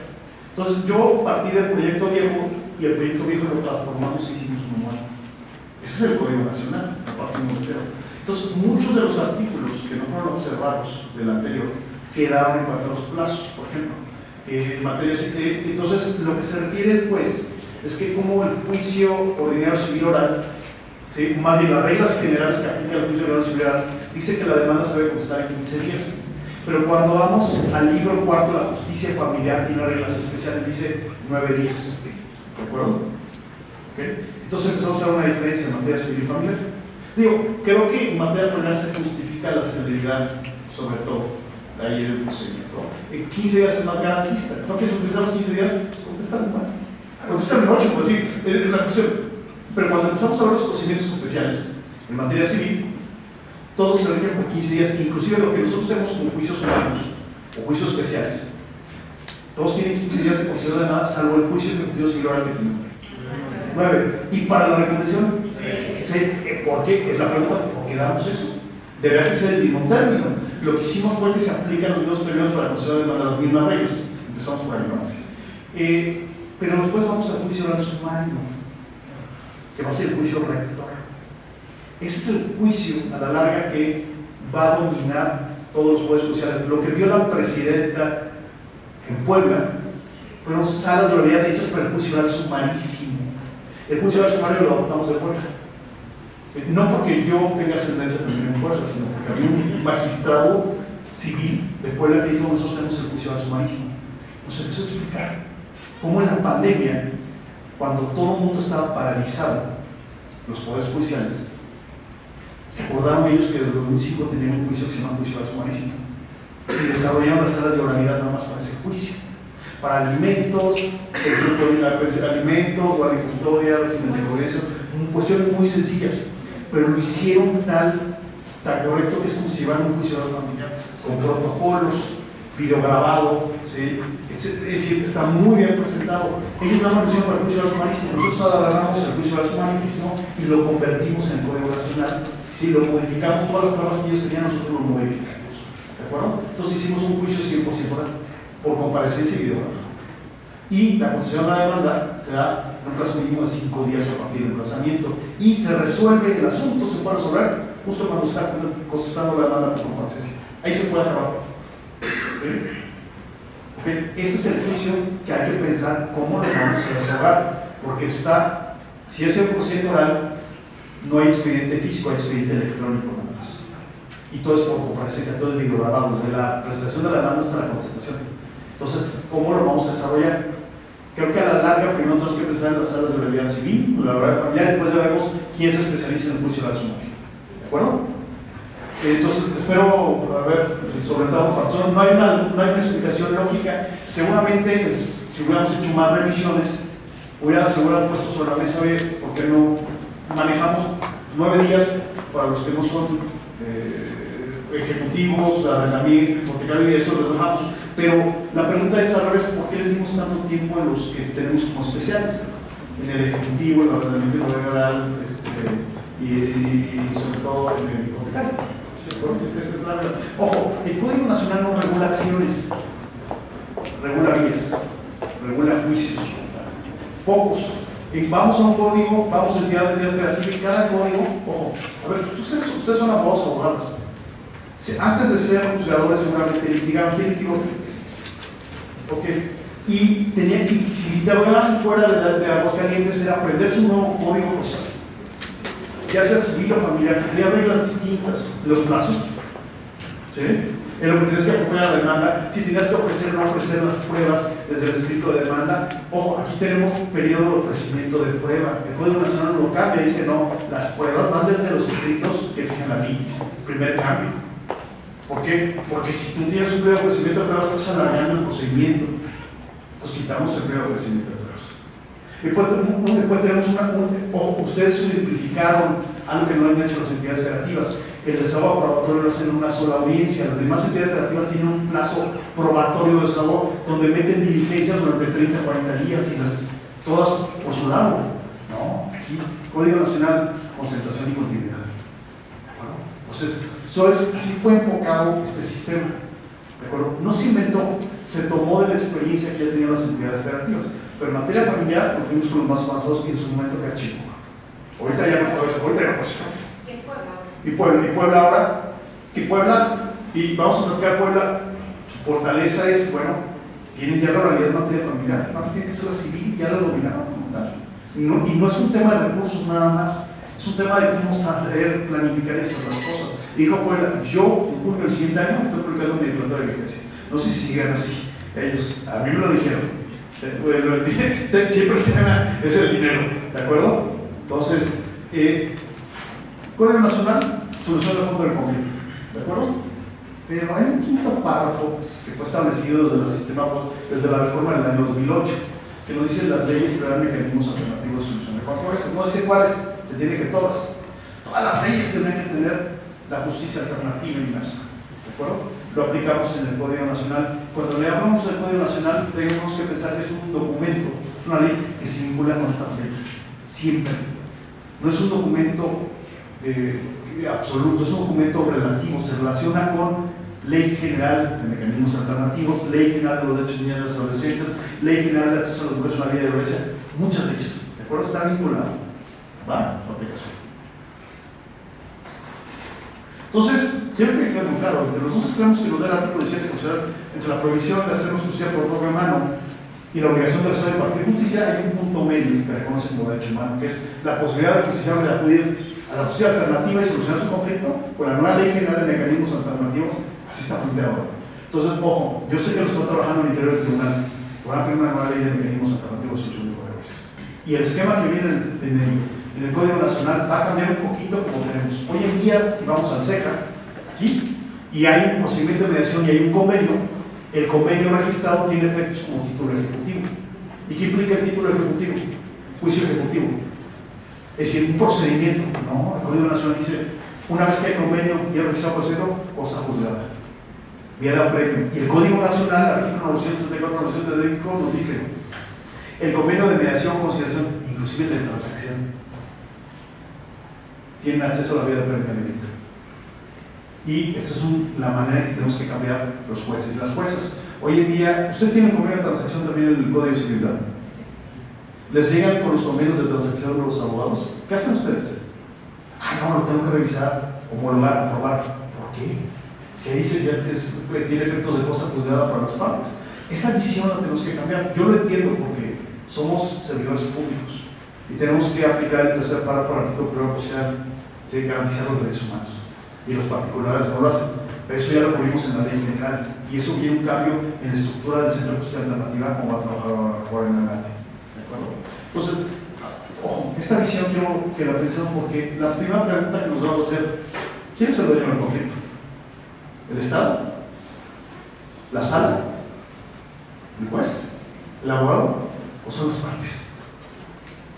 Por eso establecimos el principio de colaboración. Como no metimos la mediación perjudicial, metimos como un principio básico rector de los procedimientos familiares, el principio de colaboración. Pero ahorita lo vamos a explicar cómo funciona. Estas dos normativas que platico, la Ley General y el Código Nacional, vienen de estas modificaciones al artículo 73 constitucional. En ambas, el artífice de esta cuestión fue el poder reformador de la Constitución, el que ha sido convocado tantas veces últimamente. Y decidieron que para el tema del Código Nacional sea una ley nacional y por lo tanto las entidades federativas a partir de esta reforma ya no pueden legislar en materia procesal civil y familiar a partir del 16 de septiembre de 2017. ¿Pero qué hizo Aguascalientes? Cuéntenme. ¿Qué hizo Aguascalientes después de eso? Todo reformas hizo. ¿Y saben qué derivó esa reforma? Una acción de inconstitucionalidad. ¿Sí? ¿De acuerdo? Y me sirve para ejemplificar en varias partes del país. No solo Aguascalientes, varias entidades federativas lo hicieron. ¿Sí? Estado de México fue más vivo y en el año 2021 modificó su Código de Procesos Civiles y se les ocurrió meter la mediación prejudicial en materia familiar. Entonces allá, a los que van al Estado de México, les engañan de que ya no pueden continuar su juicio familiar, tienen que ir al Centro de Justicia Alternativa y si no recaen su certificado, no continúa el procedimiento. Les dije, eso es inconstitucional. Pero no es inconstitucional por el hecho de la mediación prejudicial, sino porque la reforma es del año 2021. ¿Sí? Nada más por eso. ¿Sí? Y en el Estado de México se hicieron vivos y fueron a la Corte y para invalidar una norma, necesitaron 8 votos, hicieron que una ministra se apartara, entonces no invalidaron la norma, eso no lo hace constitucional. La ley a través de amparo pues el contenido de su código procesal, ¿no? Pero bueno, eso es otro tema. Pero ¿cómo? Fíjense que en materia procesal le quitan la facultad a las entidades federativas para legislar, por eso no pueden modificar su código procesal a los calientes diciendo, oye, quiero derogar, quiero modificar la figura del estado de interdicción que hago, que todavía lo tenemos ahí. ¿qué hago? No hago ni siquiera derogar, ¿de acuerdo? Por más que quisiera, a lo mejor ni me aplico, pero no puedo derogar. Es un tema que vamos a platicar más adelante, porque yo tengo una sentencia aquí del año 2021 donde están estableciendo el sistema de intervención aquí en Aguascalientes. Que después de 2021 no encontré ninguna, y ustedes me van a explicar por qué. ¿De acuerdo? El gran cambio de paradigma que trae el Código Nacional es el reconocimiento de la capacidad jurídica plena de todas las personas. Y eso va a obligar en que su Código Civil venga un apartado de apoyos y salvaguardas. ¿Sí? Un esquema muy distinto, y ya no vamos a acudir ante el juez y jueza cuando queramos, ya no estado de interdicción. ¿Qué modelo se te aplica el Código Nacional? Lo voy a explicar en la tarde, hoy aquí no nos va a dar tiempo, pero en la tarde con los abogados y abogadas sí. ¿Okay? Y para los mecanismos alternativos estableció una ley general, que quiere decir que los estados pueden seguir regulando normalmente, pero siempre y cuando no se aparten de la ley general, establezcan los mínimos que establece lo mínimo. Entonces, tenemos dos vías hoy en día en la aplicación de implementación: la ley general de mecanismos alternativos y el Código Nacional. Ambas llevan a lo mismo, solución de conflicto. ¿De acuerdo? ¿Sí? Nosotros podemos promover ambas, por tanto los oficiales decidan. Pero ¿cómo se va a vincular con el Código Nacional? Eso vamos a platicar un poquito. Vamos a platicar más adelante. Para los que ya leyeron el Código Nacional, ya lo empezaron a leer, fueron como 10 personas, ahora sí, respondan esta pregunta. ¿Cómo se estructura el proyecto? ¿Cuántos libros? 10 libros. Pudieron haber sido 13. Me faltó y no quise incorporar el libro de justicia indígena. Nos hubiera generado invalidez de la norma. Y aparte hubiéramos generado un régimen distinto de aplicación del derecho para los pueblos originarios. A ver, está el artículo 2 constitucional, pero no podemos llenar tan supuesto. ¿De acuerdo? Entonces, no hubo libro, no, sí iba a ser el libro 13. Simplificamos los libros. Hasta el número no iba a ser el correcto. Pero tenemos 10 libros. ¿Cuántos artículos? Y uno, 1191. El código del que partimos tenía 894, que no se parecen, fue modificado completamente. 1191, pudieron haber sido más. La legislación procede de 150 años, la que de inicios de México tenía hasta 2000 artículos. Pero a ver, no queremos, queremos ser lo menos formalista, es decir, quitamos muchas cuestiones formalistas, tratamos de ser más adaptar a la justicia, más de alguna manera que tienda más a la solución y menos al formalismo para cumplir con el principio constitucional. ¿Qué tienen estos libros? Y aquí es donde me voy a tener un poquito con ustedes, 20 minutos nomás, para que identifiquemos qué hay en cada libro. ¿Sí? Libro primero, ámbito de validez, ámbito material de validez, ámbito espacial de validez. ¿Qué quiere decir? Se aplica en todo el territorio nacional, pero en principio nos dicen que se aplica en la materia civil y familiar. Es una verdad a medias. Vean el libro 6. Esto es de conocimiento del Poder Judicial de la Federación. Las acciones colectivas. Entonces, las acciones colectivas las incorporamos al Código Nacional. ¿Por qué? Porque están reguladas en el Código Federal de Procedimientos Civiles. Y como se va a abordar el Código Federal de Procedimientos Civiles pronto, ¿sí? La regulación de las acciones colectivas no las trajimos acá. Entonces, el Código Nacional ve temas de justicia civil y familiar, pero también de acciones colectivas. Pero ahí no se queda el Código Nacional. El Código Nacional es supletorio de más de 1000 leyes en el país. A materia federal, 66. Ya hubo una reforma, de hecho se acaba de publicar, hemos visto, se acaba de publicar lo que es la homologación normativa del Código Nacional, donde decía Código Federal de Procedimientos Civiles, ahora dice Código Nacional. Pero ahí sí tuvieron cuidado de establecer un segundo transitorio que decía: la aplicación del Código Nacional se hará hasta en tanto se emita la declaratoria de vigencia, lo que hicieron en la ley de amparo del 13 de marzo de este año. Sustituyeron la ley de amparo donde decía Código Federal de Procedimientos, Código Nacional, y como no le pusieron el transitorio, algunos impartidores de justicia en el país legales están aplicando el Código Nacional de manera supletoria. Inclusive hay criterios, hay un criterio del 32º Circuito Colima, donde trata de justificar esa aplicación. Está mal, están sustituyendo las facultades del legislativo. Es un tema que al final de cuentas lo tiene que resolver la Corte por jurisprudencia. Pero aquí ya tenemos un ámbito material. ¿De acuerdo? Ojo. Entonces, la supletoriedad amplia que trae. ¿Cuántas leyes en Aguascalientes? Yo hace 2 años que hice una revisión, hice de 28. Ustedes tienen un marco, ya revisaron más o menos qué leyes que hay que adaptar. Unas más fuertes que otras. ¿De acuerdo? De un marco de 150, 160 leyes que tiene el Congreso, son muchas. ¿Cuántas? 33. Hay unas más fuertes que otras. Básicas: Código Civil, Ley de Notario y Ley Orgánica. De ahí nos vamos a Ley de Niños Adolescentes, nos vamos a varios, pero Código Civil tiene un impacto muy fuerte. Sí, en la comisión. Vamos a platicar más adelante de la conformación. Está excelente como la conformaron. Hay que ver qué es lo que se tiene que hacer, porque no se puede quedar nada más en tema de armonización. ¿De acuerdo? Hay unos temas que más adelante hay que hacer por responsables a los otros poderes, porque el Código Nacional de Interpretación no es una responsabilidad del Poder Judicial, es una responsabilidad de la entidad federativa. ¿Sí? O sea, hoy la corresponsabilidad del Ejecutivo y el Legislativo. No se dejen solo con el papel, porque el Código Nacional no solo va a impactar aquí, va a impactar también en las 33 leyes que ustedes señalaron, que no todas son de la ámbito jurisdiccional. Algunas son de trámites administrativos, 1000 cosas que hay. Un apartado de definiciones, 36 definiciones, artículo 2. 24 de esas definiciones están enfocadas en justicia digital. ¿De acuerdo? Entonces, allá empezamos a definir apoyos, ajustes del procedimiento, expediente electrónico, videoconferencia, esquema de justicia digital, hasta metaverso, lo metimos ahí como un plus. ¿De acuerdo? Entonces, tenemos un apartado de definiciones. Raro ver una norma por SAR que tiene definiciones. Solo Chihuahua. Pues tenemos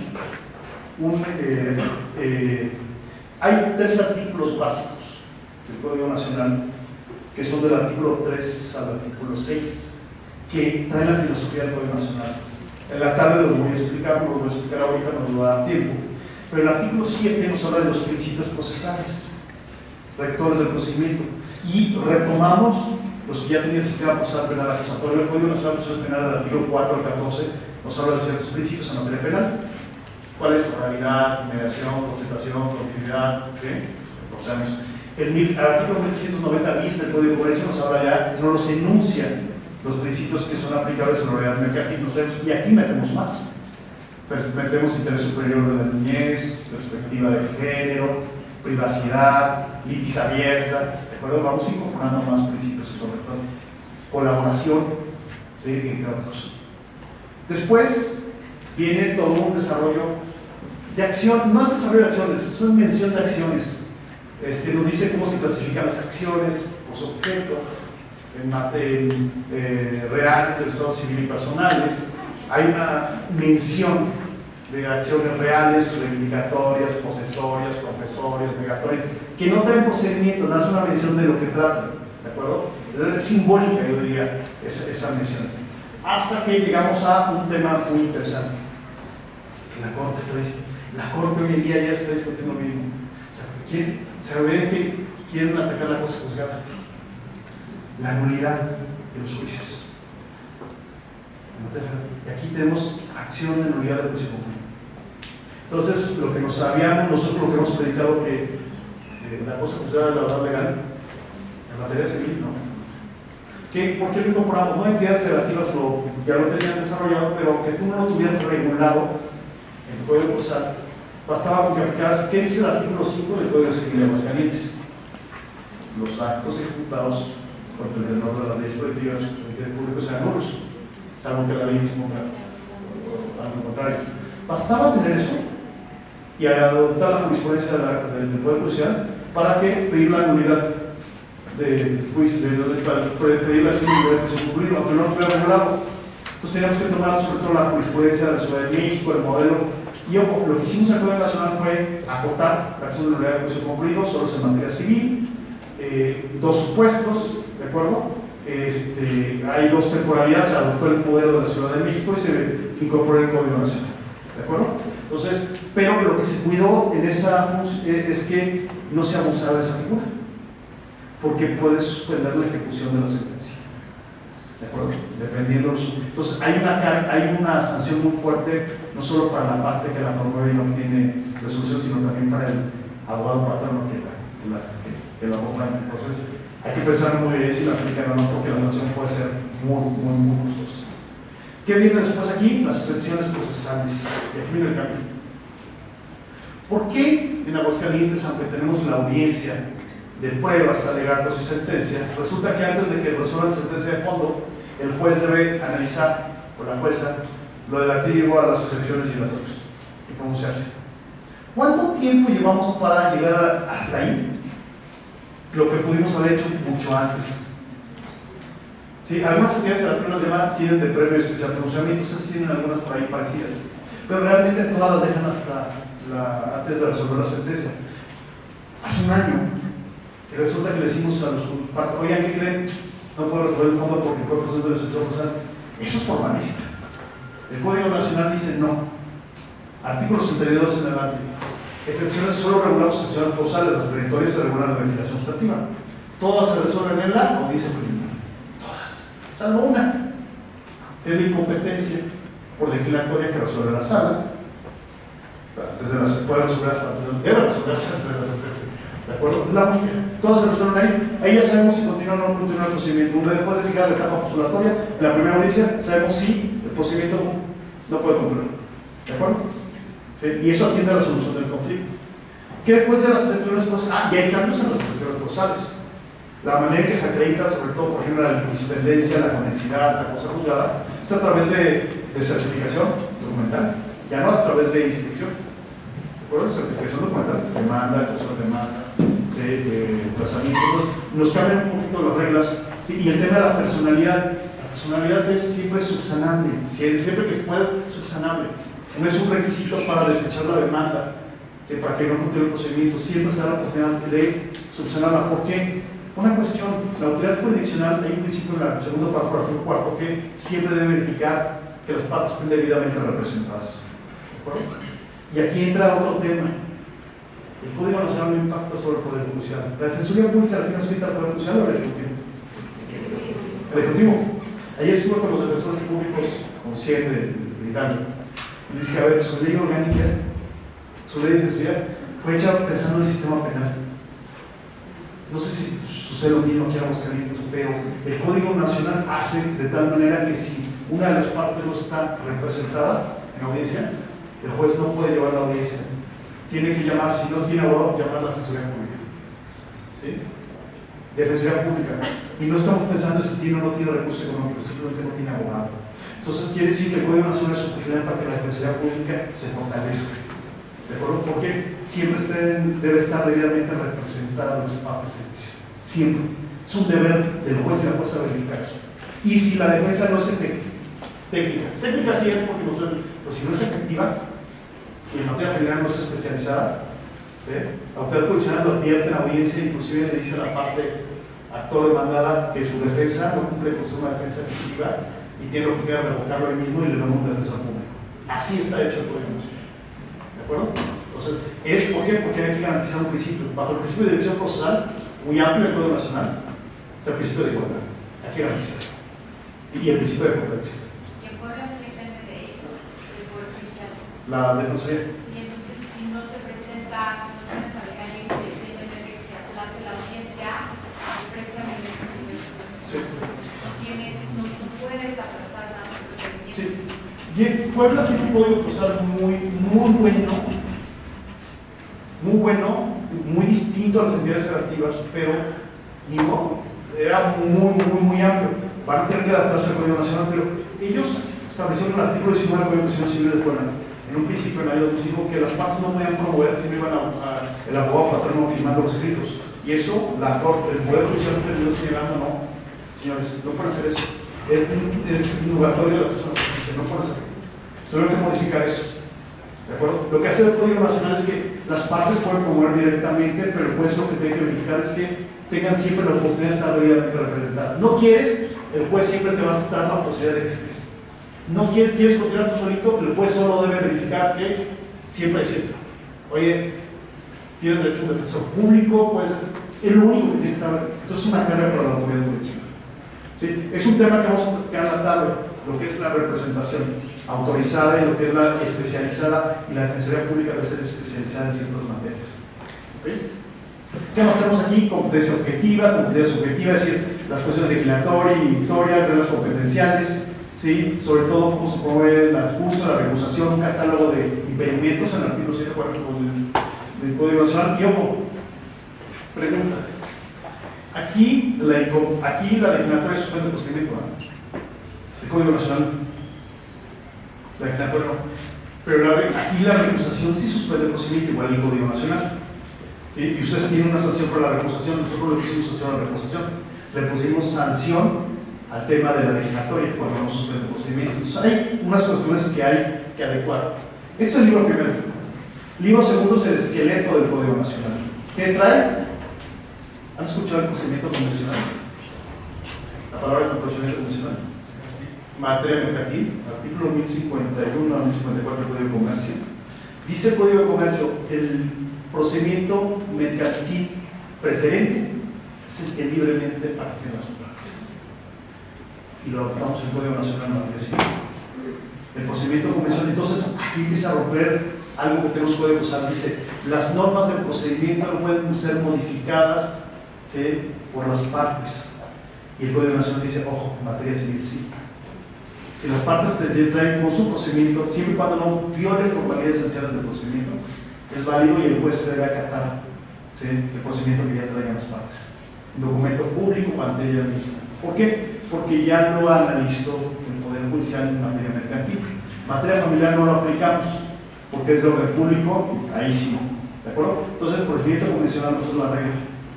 ¿Sí? Eso, analizarlo, implicaría muchísimas horas.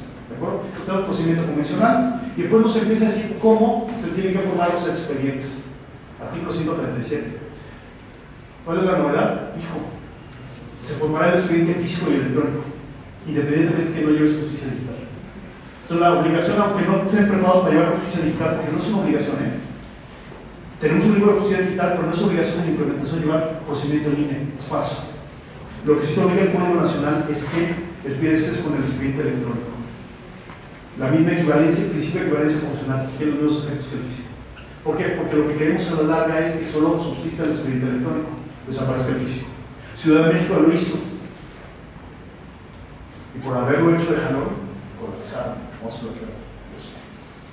Bueno, nos dice cómo se deben realizarse las audiencias, artículo 140, y nos dice que el juez, la autoridad jurisdiccional, siempre debe estar presidiendo las audiencias. Entonces, escuchamos audiencia preliminar, audiencia de juicio, audiencia incidental o audiencia de ejecución. ¿Quién debe estar? Siempre el juez. Si no, está afectado de nulidad. ¿Ok? Principio de eso. Entonces, por eso les digo, van a tener muchísima chamba, se van a vivir en la audiencia. ¿Sí? ¿Qué vamos a hacer con la carga, con el rezago anterior? Parte de lo que tiene que ser la comisión para la coordinación es, a ver, jueces civiles, jueces familiares, ¿qué necesitan para sacar? ¿Cómo están tus números por juzgado? ¿Necesitas uno o dos proyectistas más? ¿Qué necesitas para sacar? Veamos dónde aplica la caducidad. Caducidad. La caducidad la bajamos, artículo 164, 40 días en primera instancia, segunda instancia 30 días, 15 días en incidentes. ¿Por qué? Ya no aplica en el sistema de la audiencia. A partir de que se contesta la demanda o por el plazo para contestar la demanda, hay un impulso procesal oficioso por parte del juez, porque inmediatamente nos debe citar, ya no debe citar la promoción, oye, cita audiencia preliminar, no es obligación del juez, citar audiencia preliminar una vez que se computa el plazo o se contesta la demanda. Y ojo, aquí ya no aplica la caducidad de primera instancia. Segunda instancia habría que ver, porque ya no hay momento de que aplique la caducidad de la decisión de la audiencia. Así lo ha resuelto también en materia mercantil el Poder Judicial. ¿Qué otra cuestión? Entonces nos empieza a decir cómo se forman los expedientes, las autoridades de parte física, parte virtual, qué función tiene el secretario, ¿sí? Y hasta que llegamos a, obviamente, los incidentes, el tipo de resoluciones, llegamos a notificaciones y emplazamiento. ¿Qué cambia en las notificaciones y emplazamiento? ¿Qué notificaciones tenemos? Aquí ya tenemos por correo electrónico, estamos el territorio reconocido. Pero usted tiene notificación por adhesión, ¿no? ¿Qué pasa si a la primera búsqueda o no nos abren, o no nos quieren recibir, o a lo mejor nos reciben, ¿sí? Y dejamos el citatorio, y en la segunda búsqueda no hay nadie? Tenemos que regresar el actual y el todo otra vez al tribunal y que se dé una nueva fecha para la notificación, y así no la vivimos. ¿Sí? El Código Nacional dice: no va a haber otra conflictos. Una de dos, no te abren, la primera búsqueda deja citatorio por adhesión. Si sí, puedes constatar efectivamente que es el domicilio que vive. ¿Sí? Pero a ver, vamos al segundo supuesto. Alguien sí no recibió el citatorio, pero ya al día siguiente o dentro de 24 horas, 48 horas siguientes, 24, 48, no nos quieren abrir la puerta. O no nos quieren recibir. ¿Qué hacemos? Sí.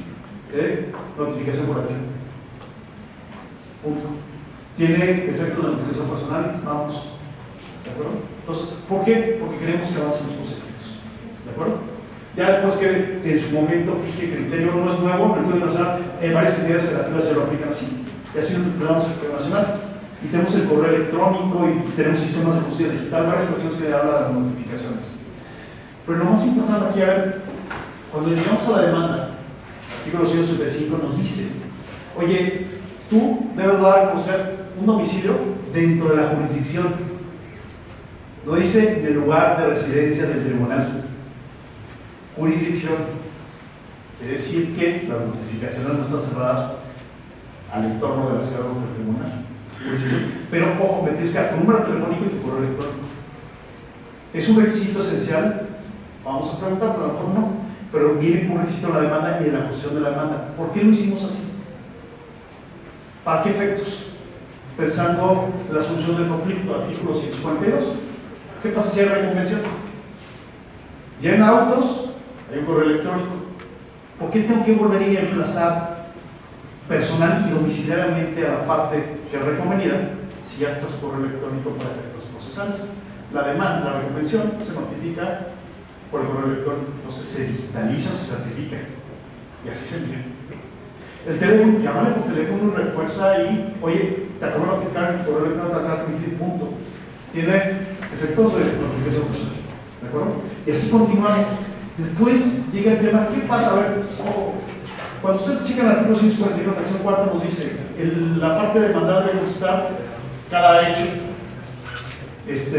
afirmándolo, negándolo, diciendo que no lo conoce. Y si no se pronuncia sobre alguno, se entiende que confesado, presumido, cierto. Eso es una regla. Pero fíjense lo que hace el Código Nacional, cómo cambia la teoría del caso. ¿Qué pasa si la parte se da en rebeldía? La parte de la ¿cuáles son los efectos normalmente que tiene? Se tiene por confeso, por cierto, los hechos, la demanda. El Código Nacional dice no. Artículo 255. Se tendrá que contestar en sentido negativo. ¿Por qué? Por el principio procesal probatorio que dice que la parte actora debe acreditar los hechos constitutivos de su acción, la parte demandada sus defensas y acciones.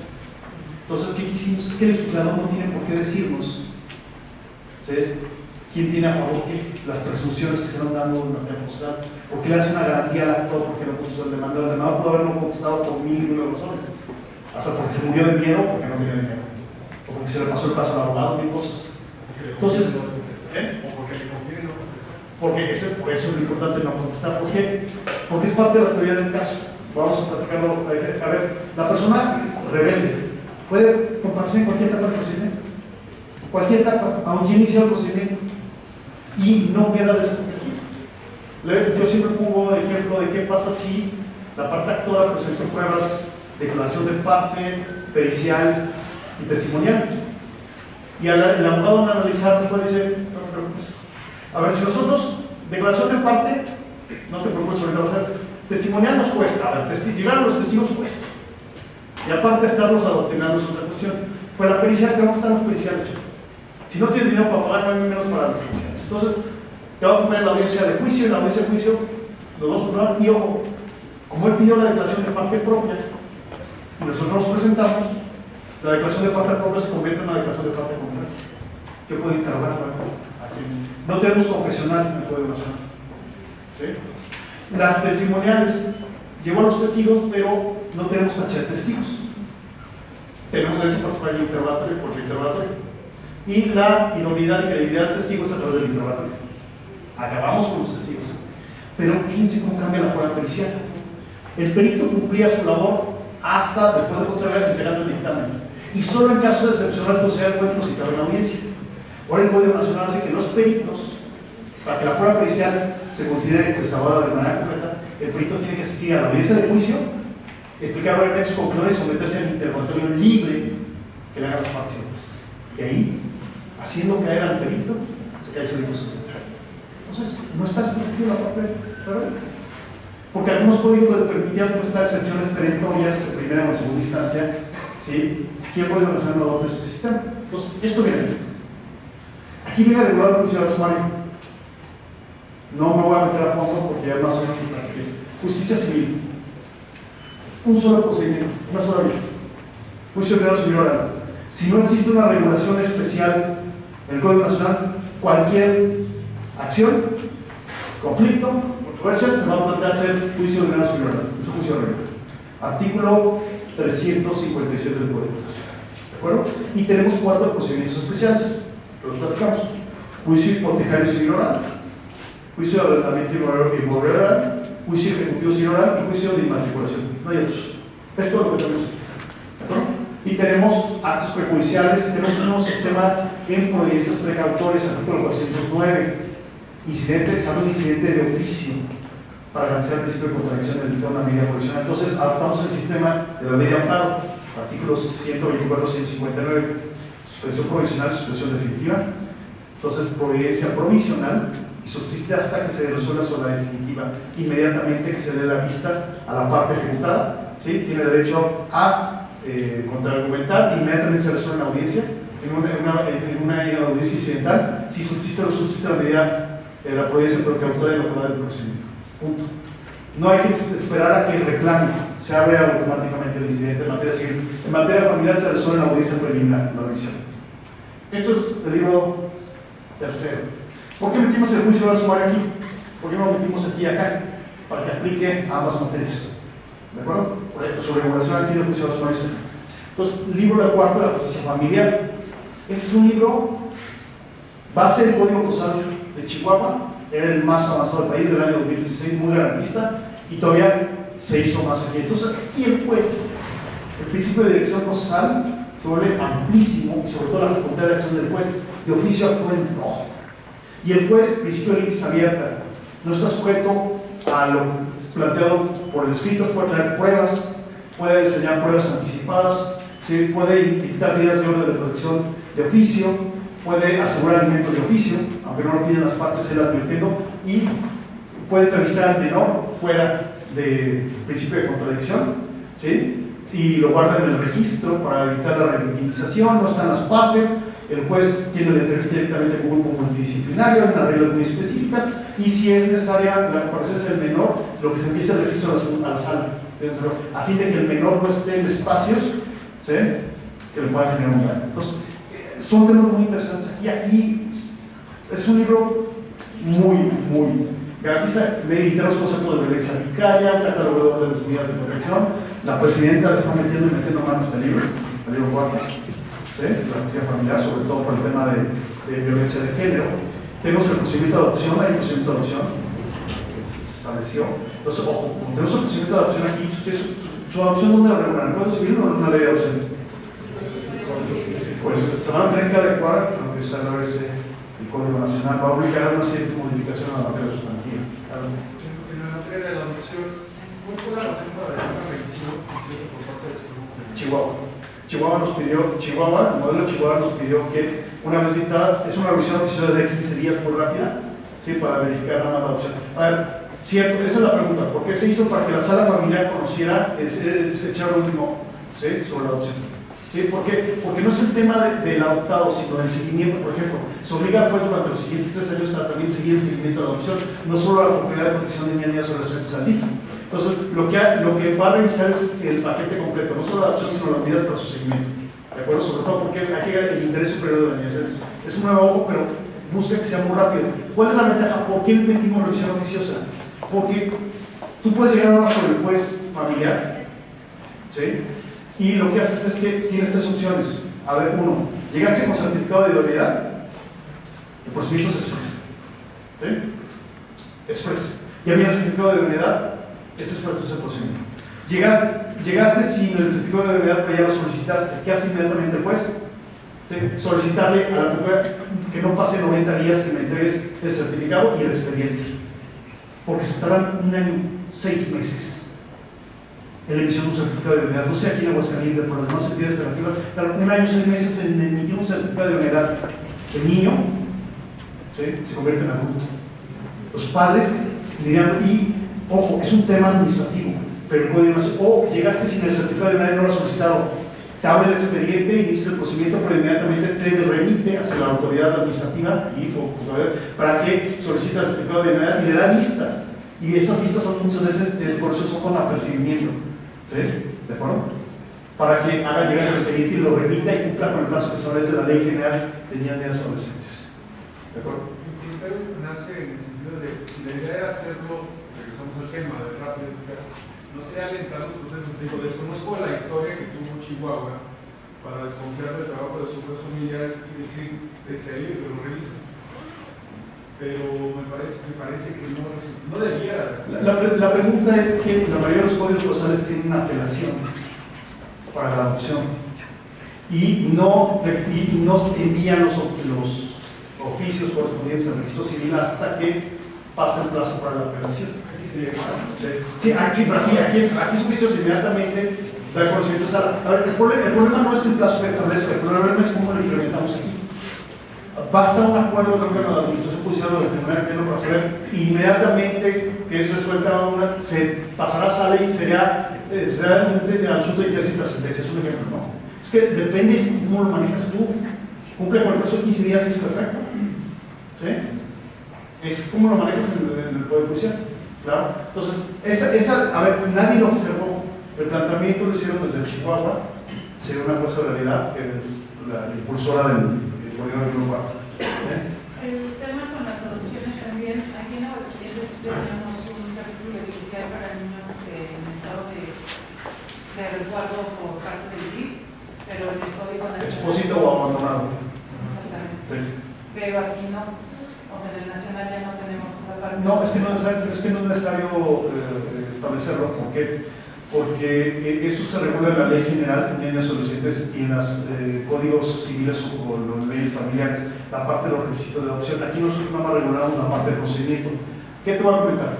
Hubo una reforma a la Ley General de Niños y Adolescentes en el año 2019 y lo que se estableció es que, ojo, pérdida de patria potestad.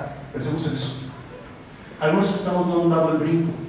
La Ley General te permite hoy en día que si hay un niño expósito abandonado, simplemente pasen 2 meses y emita esa circunstancia. Bueno, si esa calificación la otorgue el IF para el poder, esos 2 meses la publique, ya no es necesario votar la patria potestad ante el juzgado familiar. ¿Sí? Con la certificación. No lo han hecho la mayoría de las entidades federativas. El Código Nacional solo se mete a temas de procedimiento. ¿Sí? Ni siquiera te habla del tema de patria potestad o no, simplemente el tema de procedimiento. El certificado de idoneidad. ¿Lo tienes? Eso es lo que toma el Código Nacional. Y si te fijas, el Código Nacional remite a tu legislación civil, a los requisitos que tengas en tu legislación civil. Por eso no menciona expósitos abandonados. Esa es la razón. Sí, que debe haber algún apartado especial para los niños que tienen esta condición. Puede ser. Mira, ¿qué nos encontramos? Que el Código Nacional proyecta un principio de procedimiento de adopción, entonces desarrollarlo no fue fácil. Primero, estableció un procedimiento de adopción, es la parte que te comento que debe enriquecerse. ¿Sí? Por ejemplo, nos decían, oye, ¿por qué no meter temas de maternidad subrogada? Bueno, aquí no. Pero si nosotros hubiéramos metido temas de maternidad subrogada, que es un problema que enfrentan jueces y las Secretarías de Relaciones Exteriores, el Código Nacional no hubiera salido. Si yo meto el tema de maternidad subrogada algo relacionado, no hay Código Nacional. ¿Por qué? Porque los grupos parlamentarios tienen sus pros y sus contras. Entonces tuvimos que cuidar que muchas temáticas fueran comunes a todos y no generaran conflicto. Si pudimos platicar muchos más procedimientos que faltaron. Entonces, son esos detalles, pero sí, es que el procedimiento de adopción no había, se tuvo que crear. Pero a lo mejor es una cuestión que debe adecuarse. ¿Sí? A ver, ¿qué estamos haciendo hoy en día? El tema no es el procedimiento del juez, normalmente los procedimientos del juez son muy rápidos. El tema es cuánto tiempo tarda una solicitud de adopción en llegar a un juez. Y el problema es que, ojo, hay códigos civiles que te piden testimoniales. ¿Para qué pides testimoniales si hay certificado de idoneidad? Si te hacen audiencia un mes, 2 meses, para recibir testimoniales sobre adopción, no es necesario si hay certificado de idoneidad. Quítale esas cuestiones a tu legislación sustantiva para eficientar. No es un tema procesal, es un tema que no es sustantivo. Entonces usted coincide conmigo. Pero a lo mejor hay que pensar a futuro a través de, cuando hablemos de la parte de qué falta al Código Nacional, es un tema que hay que platicar la adopción. ¿Qué le falta? ¿De acuerdo? ¿Sí? Y a lo mejor repensar la cuestión de la revisión noticiosa. Si hay que quitarla ahora. ¿De acuerdo? Pero pues no dejemos ofensiva. ¿Ya en 5 minutos ya? ¿Ya terminamos en 5 minutos? ¿Ya se olvidó una? ¿Quién se paró? A ver. No vimos nada de lo que queríamos usar desde la presentación. Sí, les voy a pasar las. Si no usan alguna que los temas de recursos, es una larga lista de la que habla el Código Nacional de Procedimientos Civiles, de los que conoce la segunda instancia en materia familiar, sobre todo. Artículo 911 del Código.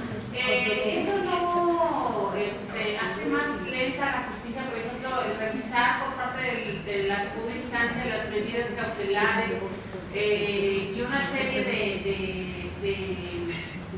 de acción, bueno, más bien de juicios que hay que realizar por parte de segunda instancia, muchas situaciones que de manera pronta se dan en los juzgados, pero al mandarlos ya a segunda instancia, bueno, cosa que aquí no tenemos, es una larga lista que aquí no tenemos. Aquí en materia familiar, pues las sentencias definitivas son las que se van a segunda instancia y algunos cuantos juicios, pero, o sea, la lista que pone el Código Nacional, ¿no considera usted que hace más lenta la justicia familiar?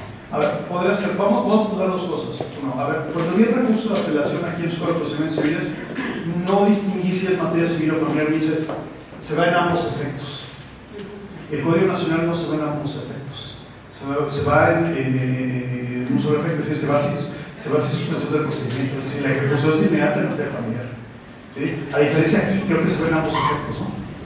Entonces, pensemos. Sí. Pero medidas de recurso cautelares no lo se no, a ver, creo que si usted lo analiza, si tiene el Código Nacional del artículo 911, quiero ver la fracción séptima octava, porque creo que se refiere a providencias precautorias, sobre todo en la segunda fase, pero se refiere a las civiles. La revisión de las medidas cuando lo que llamamos como providencias precautorias o medidas de aseguramiento en materia civil, en materia familiar se llaman medidas provisionales. Y en las medidas provisionales puede haber varias, también las medidas de protección de notas, guardia y custodia, régimen de convivencia, de separación, muchas que puede haber. La cuestión es que en la audiencia familiar, en la audiencia oral familiar, hay una etapa obligatoria donde el juez la cosa final revisa. Por eso es que no hay un incidente para revisar las medidas provisionales. El juez a fuerzas abre esa etapa para revisar lo que ya dictó. ¿De acuerdo? Entonces, no, por eso quiero revisar el 911, porque si no habría una antinomia entre esa etapa y la otra. Si hay un recurso, no tienes por qué establecer apelación. Si ya hay una revisión en la primera instancia, aquí puede checar el 911, usted está checando el 911, podría checar si las fracciones habla de medidas provisionales. La fracción séptima, novena. ¿Sí? ¿De acuerdo? Si viene en esa lista o viene una campaña de código, necesitaría revisar las notas que tengo. Sí. Pero sí establece a la segunda instancia para la revisión de las medidas, para convivencia, para varias. ¿Tenemos? No, pero ¿cuál? ¿Lo puede leer como la fracción? La fracción séptima del artículo 911 habla respecto de las resoluciones que en la fase definitiva del proceso cautelar decreta providencias precautorias y medidas de aseguramiento. Es materia civil. El 7. Es materia civil y se refiere al incidente. Se refiere al incidente que se genera en procesos para. ¿La octava? La novena que dice la novena. La resolución dictada durante la revisión de las medidas provisionales en materia de familia en la audiencia preliminar o las que se dicten con posterioridad a dicha etapa. Sí, a ver, esa sí, tiene razón, pero se ve el efecto devolutivo. ¿De acuerdo? No suspende el procedimiento continúa. ¿Qué puede pasar? La realidad, que dicta sentencia en primera instancia la audiencia y la apelación contra la sentencia de fondo se va a encontrar con las apelaciones con efecto devolutivo. Nos va a tener que resolver todo en conjunto la sala. Sí, no, a ver, no queda sujeto a no dictar la sentencia de fondo porque una apelación. ¿De acuerdo? Entonces, eso la sala tiene que resolver con primera evolución, concentrar todas las apelaciones en una sola. ¿Sí? Una sola resolución. ¿Sí? No le veo problema a nivel. ¿De acuerdo? No suspende el procedimiento. No suspende la ejecución inclusive. No suspende. Sí, pero es una cuestión que hay que pensar en la aplicación del Código Nacional. Ahora, ¿qué fue lo más difícil de esto? ¿Qué modelo de justicia se tenía que plantear para el país? ¿Qué código procesal se tenía que tomar de ejemplo? ¿El de Aguascalientes? ¿El de Puebla? ¿El del Estado de México? ¿El de Ciudad de México? ¿Cuál se iba a imponer? Por eso la idea era tomar lo mejor de las entidades federativas y que libremente los pueblos dijeran, oye, está esto, el otro, y no imponer un solo modelo. Entonces, bueno, ahora, hay que darle la oportunidad al Código Nacional de que se aplique, ¿sí? Y vamos a ver qué hay que cambiarlo. Yo me preocuparía más bien porque en esta cuestión, para las apelaciones con efecto evolutivo, pensar en el trabajo de las salas unitarias, ¿de acuerdo? Para que no se concentren las salas colegiadas y solo las colegiadas vean las resoluciones del fondo, ¿sí? Algunas, no todas, ¿de acuerdo? Hay que ver cuáles podrían con las salas unitarias. Entonces, trabajar con unitarias y con colegiadas. ¿Por qué? Porque si no lo hacemos así, nos va a colapsar. ¿Estamos de acuerdo? ¿Sí? Ok, miren, yo quiero ver todo esto con ustedes, porque me van a volver a tener aquí a Aguascalientes. La pregunta que nosotros que hacer es esta. ¿Conviene o no hacer la declaratoria sin dinero? Bueno, aunque se amplíe el plazo, a ver, tenemos plazo 1 de junio de 2017. ¿Se amplía o no se amplía el plazo? ¿Conviene adelantar o no el sistema de aplicación del Código Nacional? ¿O seguimos aplicando nuestro código postal hasta que se la... Esa es la pregunta que nos vamos a hacer. ¿Estamos ocupados o no? ¿Sí? Porque este es el ejemplo del sistema postal penal acusatorio. Así más o menos sería la declaratoria de vigencia. Gradual, por distritos, partidas judiciales. ¿De acuerdo? Así lo hicieron. Pero a ver, ya como me están diciendo, ¿ya para el chavo? Solo quiero que formamos este ejemplo. A ver, ¿qué modelo de implementación vamos a tener? El año pasado iban a entrar varias entidades federativas y iban a hacer su declaratoria de vigencia. La reforma a la Constitución, que obligó a las entidades federativas a después a renovarse, paró todos los proyectos que había. Estado de México va a hacer su declaratoria, tenía su plan rector, ¿sí? Y se quedó parado.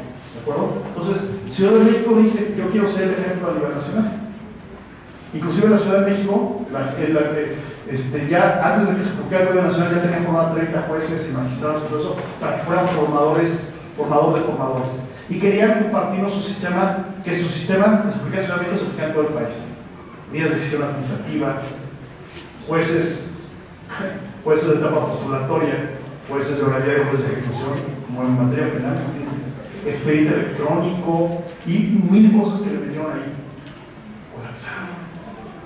Entonces, no nos sirve de ejemplo. Nos sirve de decir, para no sé, le pregunté al magistrado Rafael Guerra qué pasó, me dice, hay un problema. El problema no fue lo que le metimos, el problema fue una cuestión de resistencia de los operadores jurídicos, de todos.